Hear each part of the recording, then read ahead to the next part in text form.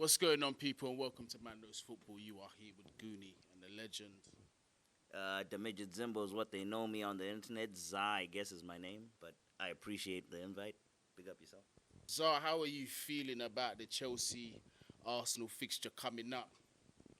Honestly, I wish it was different circumstances where it's just not like a fucking local derby for the guys. I actually wish it counted in the league, but you guys are in good form. We won today, but I wouldn't say we're in good form. Our team hasn't been looking great. We couldn't go get past Villarreal and all that, but I guess I feel good. I feel good.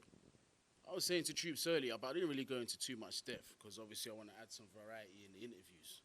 But today, saw a good performance from Nicolas Pepe. And to be honest with you, if Marcus Alonso started in that game on that side, whether we've got a back five or not, You think Pepe's gonna give him problems? I don't know what to expect from this man. This is the problem with Pepe, is that sometimes may be good, sometimes may be shit. You seen that video? And and You know and, what I'm that, saying? and I think that's the number one thing that is frustrating with a lot of Arsenal fans. We're not as patient. We don't have that much patience. His first season, I mean, he showed nothing. This season is when he was up and down. Lately, he has been pretty much up. But yeah, so I mean, if I'm Alonso, I should be scared. So so you've definitely got the attacking power to do something against us, and we have shown in previous games that our concentration is not always the best. So if you can take advantage of our lapse of concentration in games, you'll definitely be able to get through. And you've got strikers like Aubameyang, lethal in front of goal that can make things count. It's just the other end of your field, your defence, is what's questionable. How do you feel about that? In fact, who would you actually start for that game in the defence? Here's the thing: we have a lot of problems with our combinations. I mean, when Pablo Mari plays with Rob Holding, you can get in behind real quick. Gabriel is, in terms of physicality, Gabriel is our physical guy. He's the faster, more mobile. He's the bigger guy too, but I mean, he hasn't been on form lately. Who would I play against Chelsea? You guys try to get in behind with Timo Werner. He's not as lethal with his actual final product. He's not as clinical as ever. But give a man 50 chances in behind, he's bound to score one. So my goal would be to try and nip that in the butt, to try counteract that. So I would put a maybe a bit more mobile pairing. I would go with Gabriel and Holding. And obviously, Timo Werner loves a high defensive line. And obviously, for Arsenal to be playing a high line, that more suits your style of football. Would you take that risk and play a high line, or would you drop slightly deeper for this game?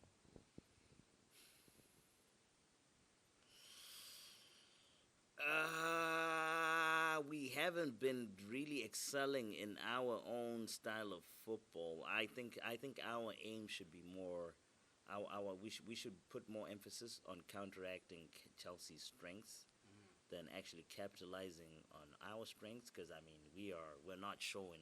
If we're being fair, we're not showing. We're not world beaters right now. We're not showing much. We're not showing any brilliances. So I would try, and then you guys are doing bits, and you're actually pretty tight in the back too. I mentioned on our channel Tony Rudiger. Tony Rudiger has been the surprise for me. Tony Rudiger has been a surprise story in that the man was erratic. The man gave away stupid fouls. He would get silly yellow cards last season, and all of a sudden now, under Tuchel, he's been doing bits. So I would rather try contain you guys than try exploit, because you're in the better spot. If we're being honest, you're in the better spot than we are as a club. I mean, we ain't playing for nothing. I don't even know if the guys will show up. Now here's my thing. To me, setting up a team to play counter-attacking football is not the most difficult thing to do. But there still has to be some. It is because you need the player that's disciplined. With the players at the disposal, obviously with the players at your disposal, it helps your job. But like looking at what Arsenal have to their disposal, that front three Yep. on a counter attack could be absolutely devastating. It's just my skepticism comes is Arteta is does he know how to set that up? Does he know where to position the players in situations like that? Do you know what I mean? Is he gonna risk playing the high line? Guni, tactically, I don't trust the man. We've been crying for fucking Saka to play left back. He puts him at left back today. The guy puts in five. You know, he puts in five. I counted like 4 or 5 crosses that could have been something. Whether there was something or not, that's a different story. Saka did his part. We needed people in the right positions. It's, you know, it's the striker positioning and all that. So You don't really sound too convinced by Arteta, in my opinion, rightly so. So I have to ask you this question. I mean, the So I got to ask you. I the got to ask results you. are there. I got yeah. I mean, to show you that he's not. What are you talking about? You don't sound convinced. How can you, How can you be convinced by a man that fucking comes 9 or 10 in the fucking league? How can you be convinced by that? How? Why should I be convinced? I used to win titles. I used to win games. I wish we could point the camera at. Actually, I'm not. Oh shit! It's not mine. It's man knows football. I was about to touch a camera. That's not mine to point it to Troops because at Barstool, we would have gotten Troops' reaction. But how can you be convinced by a man who? I should be convinced by a manager of a top club that is worth billions. I mean, Arsenal in terms of market value, we can't even. Daniel Ek put up $2 billion in straight cash, and Kroenke laughed at him. Then I should be convinced by Arteta coming 10th? Sorry. hey, Zar went full Troops mode. He snatched the mic. That's me.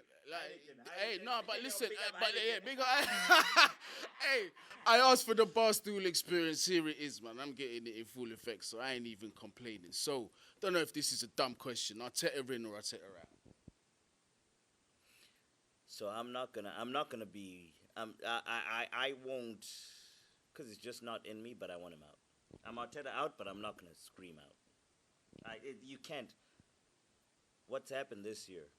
Troops. Every single one of anyone that listens to the Man Like Football listeners. I hope you listen to back again too. Anyone? Man knows football. Man knows. Oh, sorry, man knows. Sorry, man. I said man like. Sorry, man knows. Sorry, that's what I meant. I'm sorry. No disrespect. Man knows football listeners. I hope you listen to back again too. But I mean, Troops has been pointing that out every single fucking week.